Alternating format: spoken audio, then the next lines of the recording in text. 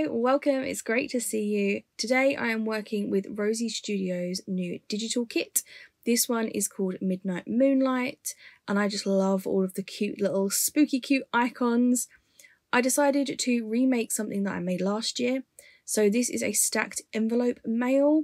You could use this as like an advent leading up to Halloween, or you could just fill it with pretty Happy Mail goodies. So I only show you me making this one envelope. As a general rule, you just want each one to be slightly bigger than the one before. I tend to make it about an inch bigger.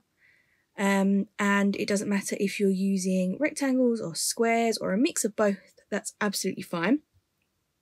I did find, however, that when I was using my envelope punch board, the A4 pieces that I'd printed were slightly too small. So I have made my bigger envelopes out of 12 by 12 card. And then I'm just going ahead and tracing that onto the pretty pattern paper, the envelope flaps there, and then cutting around it, leaving a bit of a border. So I'm cutting inside the line that I've just traced and then mounting that onto the orange card. You will be able to see the orange card, so it's well worth picking a colour that matches your colour scheme. But this way you can use all of the pretty digital papers and you can still use larger envelopes for your project. The biggest paper I ended up using was 11.5 by 11.5 inches. So you can easily stay within your 12 by 12 limits. But yeah, this is a cool way to use the digital papers to jazz up those bigger envelopes that you can't make using the A4 pieces. After tracing these, hold them in place and then sort of mark with a pencil to see if there's anything else I need to trim or make bigger or smaller. Obviously with these envelopes, 2 of the flaps, so the 2 at the top and the bottom and then the 2 at the sides, will be similar if not the same.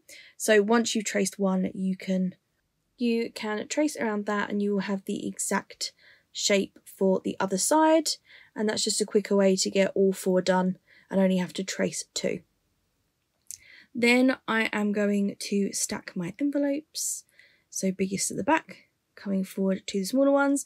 I totally forget to add any stitching, so I do add that later on. But if you are going to add stitching, do it before you stick your envelopes together.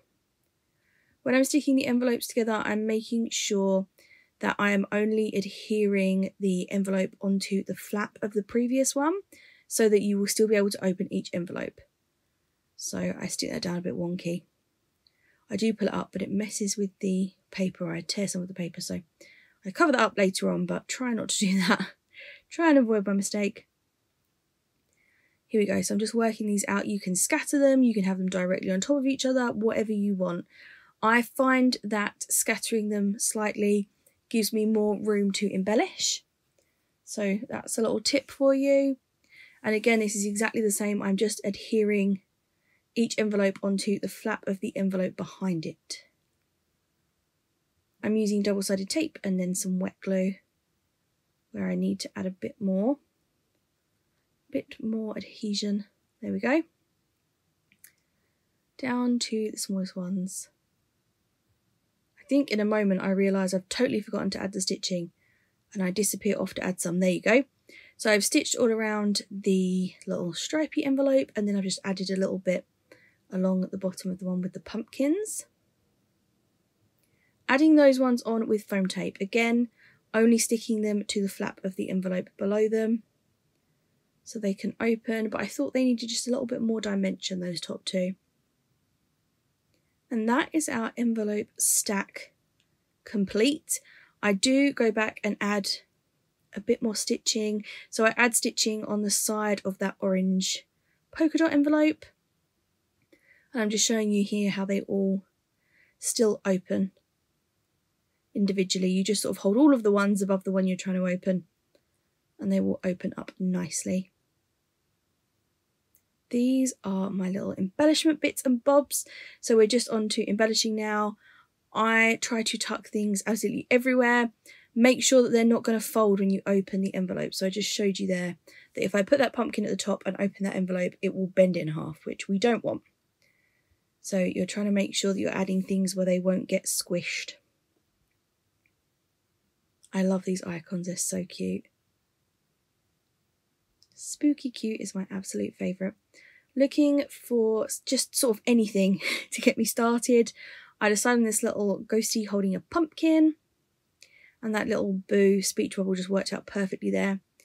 When you are adhering things, if you're sticking them onto the front of the envelope, you need to make sure they're either adhered to the flap so they will lift up and open, and obviously not poking out of the top so they're not going to bend when you open it, or they are on the closed bit of the envelope so they won't move when you open it. It's a lot of trial and error, sort of putting things places and seeing, hoping that the envelopes open and move. Keep opening the envelopes as you're decorating, that's a top tip, so that you know that there's nothing in the way. I love this little ghost with his mask, and he does make it, but not in that spot. So I'm trying to give him something to hold. He's got his little hands out in front of him. I feel like he needs to be holding something. Adding this spider web. The great thing about these digitals is they come with cut files. So if you have a digital cutting machine, they will cut them all out for you. I fussy cut these because I was being impatient and I just wanted to get crafting with them right away, but I will definitely test out how they go in the digital cutting machine as well. I'm adding this strip. I'm having it go across both envelopes, but I'm making sure that it will still open by cutting it in half. So you can see here I'm just working out where that joins and then sticking the two pieces down separately.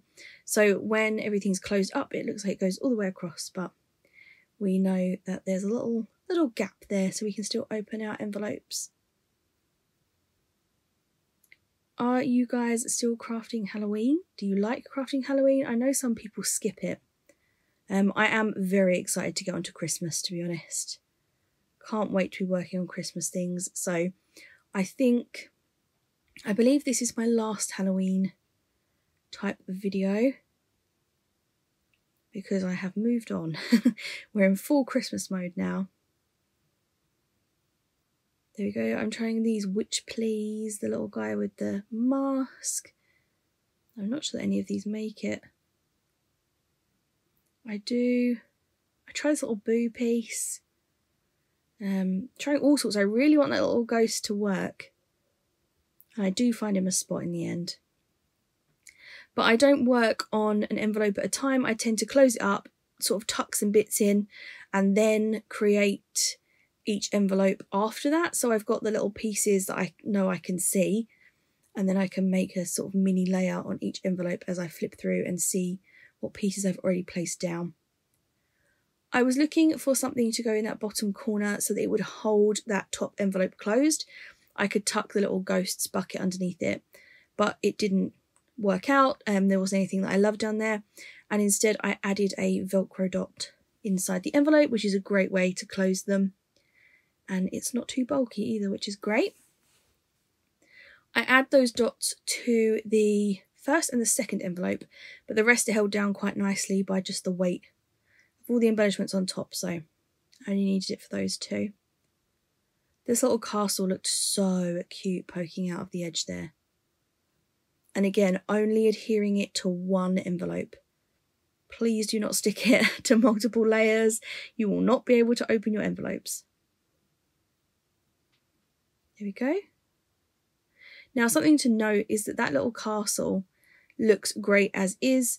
I add something onto the orange and white spot envelope in a bit, and then I need to cover it up later on. So pay attention to sort of where you're layering things underneath others, because it will sort of show through sometimes. I love this little pumpkin with the little cute rosy cheeks. And I've got this ghosty holding a lantern. So this is a prime example of the kind of thing I do. These things I tucked in and I thought they looked good overall from the front of the project. Then I've opened it up to that page, and now I'm working on sort of what will be hidden as a separate layout, because some of this won't actually be seen until you open it up. So you have how it looks from the front when it's all closed, and then how it looks as you open each envelope. Adding this little RIP tombstone, spooktacular. I consider just adding a big piece here, and then I change my mind. And I go for, in the end, like a sort of trick-or-treat candy type theme. So this little guy with the mask, I want to give him a sweet rather than a pumpkin.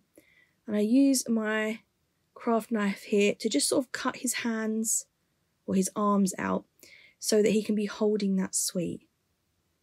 So I can tuck that sweet under his arms and you can still see them, so it looks like he's holding it.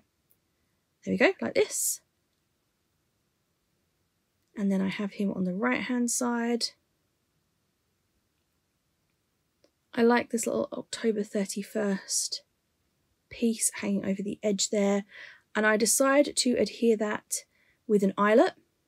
So I'm trying to poke a hole. I don't know why, because I've got this that I do in a second. So using the proper tools, the eyelet setter there, and then I punch a hole in that piece, the little October 31st piece, and add it on using the eyelet. I do, so when I tested this piece, it was sort of angled differently and the envelope closed fine. When I have set it, I've set it different, so I do have to trim a teeny weeny bit off of the top of there so that the envelope closes properly. But it's barely noticeable. I'm fine with it. This little ghost, back to him. Searching through all my bits and bobs. I end up using this tombstone as well. So it's like trick-or-treating in a graveyard by the looks of it, is what I've gone for. There are so many cute Halloween candy pieces in this kit. I think I go looking for them now so that I can layer a few. So I've got the orange one on the right there, the purple on the left. I'm looking for the little swirls as well. There we go, so I had a pink one. I think I find a purple one momentarily. This is me trying to organise my die cuts because I'm looking through them 100 times. Trying to find pieces, I'm like, right, if I just pull the sweets together and the ghosts together and the pumpkins together, it would be easier. But I think that lasts all of 5 minutes, if that. I only tidy when I'm looking for things. It's the only time I tidy. Adding on that little sweet. And then that little mini layout piece is done. I do look for something to put in that spider web and I don't really find anything. So I just leave it as is. This is what I was talking about with, now you can see sort of part of that ghost between the ghost at the front and the turret of that castle. So I am looking for something to go in there. And I find this little mummified ghost, which is part of one of the papers. And I think it looks cute. It looks like it's haunting the castle grounds. So I just cut that to size and glue that in there so that you can't see through to sort of odd pieces. So anything can be fixed. Absolutely anything can be covered up and changed and made to look like it was meant to be that way all along. Adding another one of these little, what are they called? Like banner pieces? Tags? I guess it's a tag. And this time I've decided to attach it with a brad. So I poke through only one layer of the envelope, the front bit, and then I open up that brad inside. There you go. I'm trying to show you how I've put that together. That was much harder than I thought it was going to be. But it looks super cute, so it was worth it. And then where I've stitched onto this envelope, I think I've skipped showing you that bit. I needed to cover it up, so I've added this little candy piece here. Here is our envelope stack all finished. I've added some gems and other bits and bobs to some of the pages, I guess you might call them, some of the envelopes. And I thought I'd show you through quickly before I share some photos. And then it's off to make a little dangly charm for this. So I've left the hole here. I will be adding a dangle charm, but I will film a separate video for that. So keep an eye out for that one coming shortly. So we've got envelope number 1, the little Velcro closure. Envelope number 2. I'll lift that up so you can see it again with the Velcro closure. These ones didn't hold themselves closed, but the others do, so I only added it on those two. This is our third little page, or our third little envelope. Oh, I've skipped the little spider here because he flips up as well. This one has our October piece, little ghosty with his candy. Some other little bits up here. I've added loads of sparkly bits. I added them to each page and then I closed it and added them where I needed them. So there's absolutely loads. Then this guy flips up and you've got this one. I added a little spare piece here to cover some tape. Got our Brad. And then this is the final one. I added some glitter, what is it called? This stuff, Wink of Stella, onto the edge of the moon and the little ghosty, and some tulle. I wish I'd added tulle through more places, but I only thought to grab it out when I got to the last one. But it actually looks really cute when I close it all up. Oh, I didn't point out the huge clusters of gems on that one. And then when I close it all up, you can see the tulle sort of peeks out at the bottom there. Not hugely, but just enough. So I think if I made another one, sorry, there's an enamel dot I'm trying to move out of the way. If I made another one, I would add more tulle. But other than that, I'm really happy with how this turned out. So I will link the digital kit that I used down below. I will link the tutorial for the little dangle that I'm going to make. And I will add in some photos of it completely finished, the little dangle and everything now. So thanks so much for hanging out and crafting with me. And I will see you again soon. Bye.